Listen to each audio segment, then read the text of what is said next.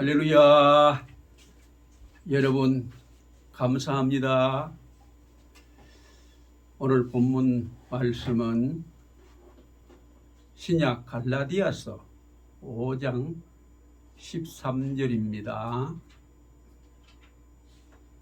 다 같이 여러분과 합독하시겠습니다. 시작. 형제들아, 너희가 자유를 위하여 부르심을 입었으나 그러나 그 자유로 육체의 기회로 삼지 말고 오직 사랑으로 서로 종노릇하라. 아멘. 감사합니다. 사랑하는 성도 여러분, 지나간 한 주간 동안도 하나님의 크신 은혜 가운데 잘 보내셨습니까? 예, 감사합니다.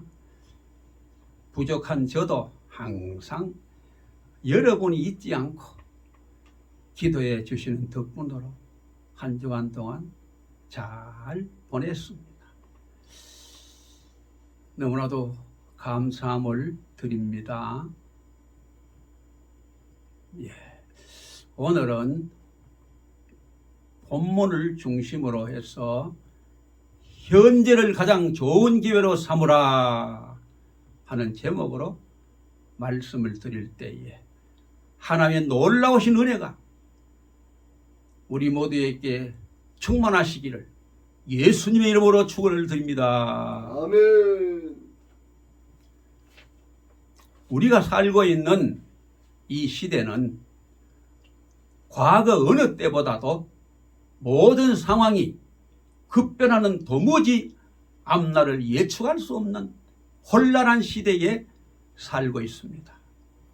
과연 내게 주어진 하루하루를 어떻게 살아가야 하는 것인지, 이 문제는 어떻게 대처해야 좋을지 여러 가지로 신경을 쓰다 보니까 얼마나 심신이 지쳐 있는지 모릅니다. 오늘은 무사히 지나갔지만 과연 내일은 또 무슨 일이 있을지 불안하기 짝이 없습니다. 앞으로 좋은 일이 있을 수도 있지만 근심되는 일도 있을 수도 있습니다. 오늘은 건강하게 살고 있지만 어느 날 갑자기 몸이 나빠질 수도 있고 지금 하고 있는 일로 더 바빠질 수도 있고 한가해질 수도 있습니다. 재산이 늘어날 수도 있고 형편없이 줄어들 수도 있습니다. 뿐만 아니라 온 나라가 평안할 수도 있고 갑자기 큰 전쟁이나 격변이 일어날 수도 있으며 천재지변으로 말미암아 큰 어려움을 당할 수도 있을 것입니다. 그럼 이제 현재를 가장 좋은 기회로 삼으려면 과연 어떻게 살아가야 하는지에 대해서 좀 더 상세하게 살펴보므로 여러분과 함께 하나님의 은혜를 나누고자 합니다. 첫째로, 현재의 기회를 육체의 기회로 삼지 말아야 합니다. 오늘 본문을 보면은 자신에게 주어진 모든 것을 육체의 기회로 삼지 말라고 말씀하셨습니다. 여기에서 말하는 육체는 하나님과 원수된 부패성과 죄악성을 말합니다. 다시 말해서 인간이 타락하면서부터 생겨난 하나님이 기뻐하는 것은 하지 않고 오히려 하나님이 싫어하는 못된 짓만 골라 하려는 마귀로부터 온 나쁜 근성을 육체라고 말씀하고 있는 것입니다. 따라서 우리 자신에게 자유가 주어졌을 때, 그리고 내 마음대로 할 수 있는 기회가 주어졌을 때에 그때를 분별하며 육체의 기회로 삼지 말라는 것은 그때를 영적인 좋은 기회로 삼아라는 것입니다. 갈라디아서 5장 16절로 17절에 보면은 너희는 성령을 쫓아 행하라. 그리하면 육체의 욕심을 이루지 아니하리라. 육체의 소욕은 성령을 거스리고 성령의 소욕은 육체를 거스리나니 이 둘이 서로 대적함으로 너희의 원하는 것을 하지 못하게 하려 함이니라 그랬고, 갈라디아서 5장 19절로 21절에 보게 되면 육체의 일은 분명하니 곧 음행과 더러운 것과 호색과 우상 숭배와 술수와 원수 맺는 것과 분쟁과 시기와 분냉과 당짓는 것과 분열함과 이단과 투기와 술 취함과 방탕함과 또 그와 같은 것들이라, 이렇게 상세하게 말씀을 드리고 있습니다. 사도 바울은 우리 성도들에게 어떤 자유가 주어졌을 때에 이런 어리석은 죄를 범하는 기회로 삼지를 말고 오직 사랑으로 서로 종노릇하라고 권면하고 있는 것입니다. 우리에게 매일마다 다가오는 모든 상황은 어떤 의미에서 볼 때에 우리 자신들에게 새로운 기회를 주기 위해서 주어진 것이라고도 볼 수가 있는 것입니다. 따라서 이러한 기회가 주어졌을 때에 불안해하거나 초조해하지 말아야 합니다. 더더욱 육체의 죄를 범하는 바람직하지 못한 기회로 삼지 마시기를 바랍니다. 오히려 좋은 일을 할 수 있는 기회로 주어진 줄 알고 그 기회를 선용하여 더욱더 하나님 앞에 영광을 돌리는 성도들이 다 되어야 될 줄로 믿습니다. 두 번째, 현재의 기회를 배움의 기회로 삼아야 합니다. 어떤 상황이 벌어졌어도 그 상황 속에서 무엇을 깨닫고 배울 것인가를 고민하며 모든 기회를 선용한다고 하면 반드시 우리에게 유익을 가져다 줄 것이며 더 나아가 자신이 성장하고 성숙해지는 계기가 될 것입니다. 예를 들면 그동안 아주 바쁘게 세월을 보내는 사람에게 모처럼 아주 한가한 시간이 주어졌다면 어떤 사람은 얼씨구나 절씨구나 좋은 기회가 왔구나, 그동안 치지 못했던 골프나 실컷 치고 놀러나 다니자, 이런 시간을 오로지 육체의 기여로만 삼는 사람이 있을 것입니다.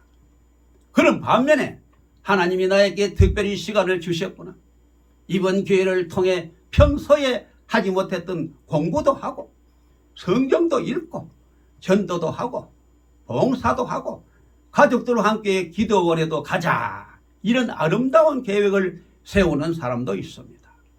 우리들에게도 좋은 기회가 생기면 자신의 유익보다 주를 위해 충성하고 봉사해야 될 줄로 믿습니다. 아멘. 세 번째, 현재의 기회를 선한 일하는 기회로 삼아야 합니다. 어떤 상황이 벌어져도 이때 할 수 있는 선한 일이 무엇인지 곰곰이 생각하여 하나님이 기뻐하시는 좋은 일을 할 수 있는 기회로 삼아 선용한다고 하면 어떤 일이 벌어져도 우리에게 축복이 될 줄로 믿습니다. 그러므로 오늘 본문에서 강조했듯이 우리에게 어떤 자유가 주어졌을 때에 육체의 기회로 삼는 어리석은 사람이 되지 말고 사랑으로 서로 종노릇하는 선한 기회로 삼아야 할 것입니다. 우리는 우리에게 어떤 기회가 찾아왔든지 선한 일을 할 수 있는 기회로 삼아야 합니다. 만일 하나님께서 생각지 않은 큰 돈을 주셨다면 어리석은 탕자처럼 허랑방탕하게 허비하지 말고 내 손 안에 있을 때 내게 맡겨졌을 때에 선한 일을 할 수 있는 기회로 여기고 하나님이 기뻐하신 일을 많이 해야 될 줄로 믿습니다. 네 번째, 현재의 기회를 시간과 물질로 선용하는 기회를 삼아야 합니다. 어떤 분은 수백억의 재산가였습니다. 그러나 어느 날 사업이 망하게 되자 그 많던 재산이 다 하루아침에 없어졌습니다. 오히려 빚더미에 올라서게 되었습니다. 여러분, 돈은 돌고 돌게 되어 있어서 누구 손에 들어갈지 아무도 모릅니다. 내 손에 들어있다고 해서 그것이 내 것이라고 단정해서는 안 됩니다. 그러므로 하나님이 지금 내게 맡겨주실 때에, 내게 여유가 있을 때에 선한 일을 할 수 있는 기회라고 생각하고 하나님이 기뻐하신 일을 많이 하시기를 바랍니다. 나중에 돈을 더 많이 벌면 그때 많이 해야지라고 생각하다가 영영 때를 놓치고 후회할지도 모릅니다. 형편이 어려우면 적게 하면 되고 알맞게 하면 되는 것입니다. 또한 좋은 직책과 지위가 주어졌을 때에도 좋은 일을 할 수 있는 기회로 알고 주를 위하여 선용해야 될 줄로 믿습니다. 요셉이 애굽의 총리가 되었을 때에도 원수가 풀 생각부터 하지 않았고 오히려 나라를 잘 다스리고 자신을 괴롭게 죽이려고 했던 형님들을 용서하고 도리어 자비를 베풀었습니다. 여러분도 직장에서 높은 자리가 주어졌을 때에, 군에서 진급을 하여 높은 자리에 올랐을 때에, 공무원이 되어 좋은 자리에 있을 때에 그저 그 축복을 자신만 누리는 기회로 삼지를 말고 내가 이 자리에 할 수 있는 선한 일이 무엇인가 하고 생각하시고 하나님 보시기에 기뻐하는 선한 일을 많이 해야 될 줄로 믿습니다. 다윗은 사울왕의 추격을 피하여 엔게디 굴 속으로 숨어 들어갔을 때에 얼마 후 사울왕 이렐도 그곳 쉴 곳을 찾아 그곳으로 들어왔습니다. 이때 다윗은 정말 사울왕을 죽일 수 있는 절로의 기회가 왔지만은 하나님이 기름 부은 자를 해칠 수 없다는 생각으로 그저 옷자랑한 기퉁이만 살짝 베어내어 보임으로 말미암아 하나님이 아직도 하나님 앞에서 왕에 충직한 신하인 것을 증명해 보이는 좋은 기회로 삼았던 것입니다. 이런 마음을 가진 다윗이 어찌 하나님의 복을 받지 않을 수가 있겠습니까? 사무엘 16장을 보면 다윗이 아들의 반역, 도망가는 것을 보는 사람들 중에 두 가지 반응이 나타나게 되었습니다. 그 중에 시므이라는 사람은 다윗을 보고 돌을 던지며 악담하고 저주를 퍼부어댔습니다.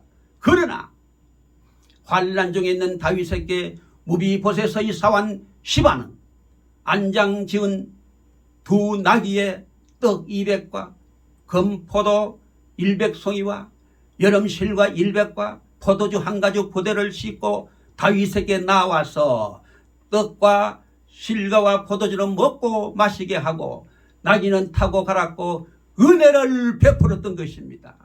사울이 죽은 후 왕위에 올랐을 때에도 다윗은 사울의 후손들을 해치지를 아니하고 도리어 도와줬습니다. 오히려 사울의 후손들에게 사랑을 베풀고 대접을 잘 했습니다. 사도 바울도 빌립보 감옥에 들어갔을 때 괴로워하거나 탄식하지 아니하고 도리어 찬송하며 기도했던 것입니다. 이처럼 우리도 고난이 왔을 때에 저주받는다고 생각하지 말고 은혜 받을 기회로 혹은 기도할 기회로 생각하고 시간을 보낸다면 그 시간이 얼마나 즐겁고 기쁘고 귀하고 복이 되겠습니까, 여러분? 우리도 할 수 있는 대로 하나님이 기뻐하시는 선한 일을 힘써 많이 해야 될 줄로 믿습니다. 다섯 번째는 현지의 기회를 복음을 전하는 기회로 삼아야 합니다. 사도 바울은 감옥에 갇힐 때마다 바울을 항상 따라붙는 사람들이 있었습니다. 사도 바울은 이런 군병이나 간수에게 복음을 전할 수 있는 좋은 기회를 결코 놓치지를 않았습니다. 복음을 들은 그 사람들이 옆에 있는 사람들에게 복음을 전하다 보니까 나중에는 총독이 바울을 찾아와 복음을 듣기까지 했던 것입니다. 사도 바울은 원수들에게 붙잡혀 많은 사람들 앞에서 재판을 받고 조롱을 당할 때에도 그 기회를 놓치지 않고 간증하며 복음을 목숨을 다하여 열심히 복음을 전했습니다. 사도 바울은 원수들에게 붙잡혀 많은 사람들 앞에서 재판을 받고 조롱을 당할 때에도 그 기회를 놓치지 않았고 간증하며 복음을 열심히 전했습니다. 마태복음 10장 16절로 20절에 보게 되면 보라 내가 너희를 보냄이 양을 이리 가운데 보냄과 같도다. 그러므로 너희는 뱀같이 지혜롭고 비둘기같이 순결하라. 사람들을 삼가라. 저희가 너희를 공회에 넘겨주겠고 저희 회당에서 채찍질 하리라. 또 너희가 나를 인하여 총독들과 임금들 앞에 끌려가리니 이는 저희와 이방인들에게 증거가 되려 하려 하심이라.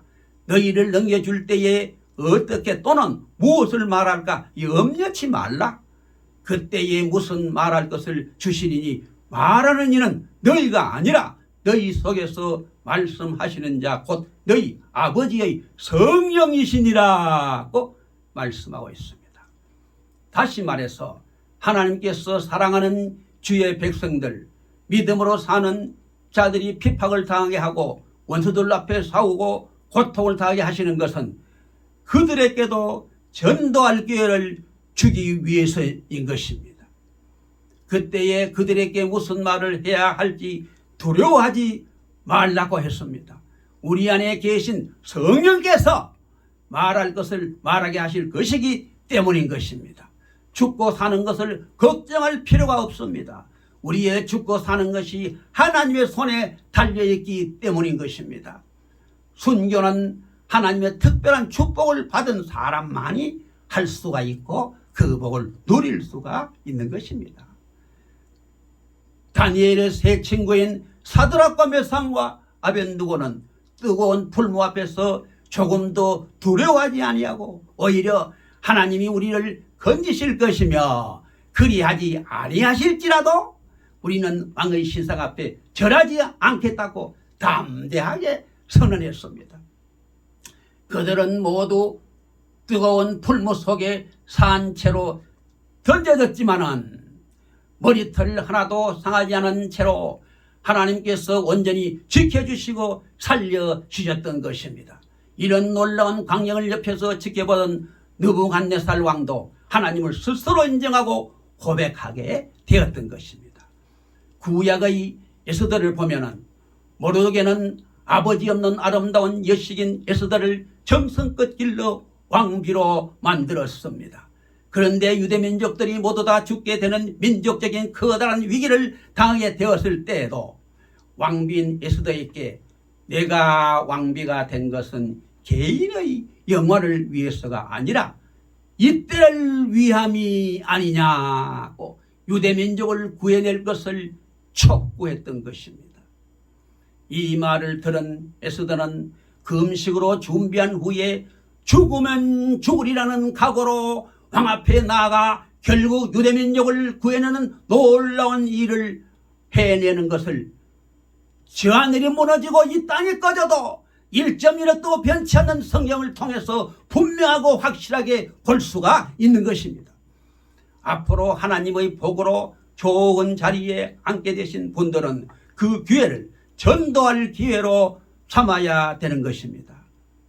직장 생활하신 분들도 돈 버는 기회로 생각하지 마시고 하나님께서 이 회사에 선교사로 보내셨다는 사명감을 가지고 열심히 기도하며 최선을 다하여 복음을 전파하며 전도해야 될 줄로 믿습니다.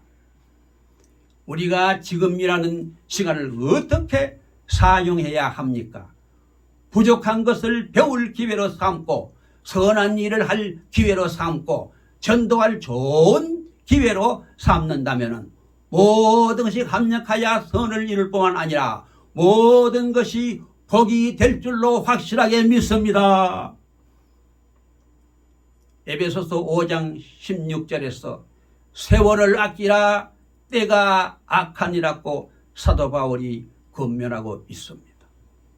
세월을 아끼라는 말은 시간을 아끼라는 말이고 시간을 아끼라는 말은 시간을 최대한 활용하여 열심을 다하여 라는 말인데 주님을 위하여 최선을 다하여 열심히 일하라는 말입니다. 왜냐하면 때가 너무나 악하기 때문이고 주님 오실 날이 심히도 날로 가까이 다가오기 때문인 것입니다. 그래서 사도 바울은 에베소서 5장 16절에서 에베소 교회 성도들에게 간절하게 권면하고 있는 것입니다. 혹자는 인생의 스승은 책이라고 말했지만 나그네 인생을 살아갈수록 느끼는 것은 유수와 같이 말없이 계속해서 흘러만 가는 세월입니다. 언제나 나를 가르치는 스승은 말없이 계속해서 흐르는 시간입니다. 풀리지 않은 일에 대한 정답도 흐르는 시간 속에 찾게 됐고, 이해하기 어려운 사랑의 메시지도 거짓없는 시간을 통해서 찾게 되었습니다. 언제부턴가 흐르는 시간을 통해서 나그네 인생의 정답을 찾아가고 있습니다. 그래서 혹자는 끊임없이 흐르는 세월인 시간이 최고의 약이라고 했습니다. 바로 시간은 언제나 나에게 스승이 되었고, 어제의 시간은 오늘의 스승이었고, 오늘의 시간은 내일의 스승이 되실 줄로 확실하게 믿습니다. 이제 시간의 교훈을 18가지로 요약해서 말씀을 드리겠습니다. 첫째는 가장 낭비하는 시간은 방황하는 시간이고, 둘째로 가장 교만한 시간은 남을 깔보는 시간이고, 세 번째 가장 자유로운 시간은 규칙적인 시간이고, 네 번째 가장 서러운 시간은 이별하는 시간이고, 다섯 번째 가장 겸손한 시간은 절제하는 시간이고, 여섯 번째 가장 비굴한 시간은 변명하는 시간이고, 일곱 번째 가장 불쌍한 시간은 구걸하는 시간이고, 여덟 번째 가장 가치 있는 시간은 최선을 다하는 시간이고, 아홉 번째 가장 현명한 시간은 위기를 극복한 시간이고, 열 번째로 가장 분명한 시간은 모욕을 당하는 시간이고, 가장 뿌듯한 시간은 성공한 시간이고, 12번째 가장 달콤한 시간은 일한 뒤 휴식 시간이고, 14번째 가장 값진 시간은 전도하는 시간이고, 15번째 가장 즐거운 시간은 찬송 부르는 시간이고, 16번째 가장 보람된 시간은 예배드리는 시간이고, 17번째 가장 고마운 시간은 감사만 하는 시간이고, 18번째 가장 귀한 시간은 기도하는 시간인 줄로 믿습니다. 여러분 감사합니다. 이제 갈라디아서 2장 20절의 내용인 내가 그리스도와 함께라는 찬양을 드리고 마치겠습니다. 내가 그리스도와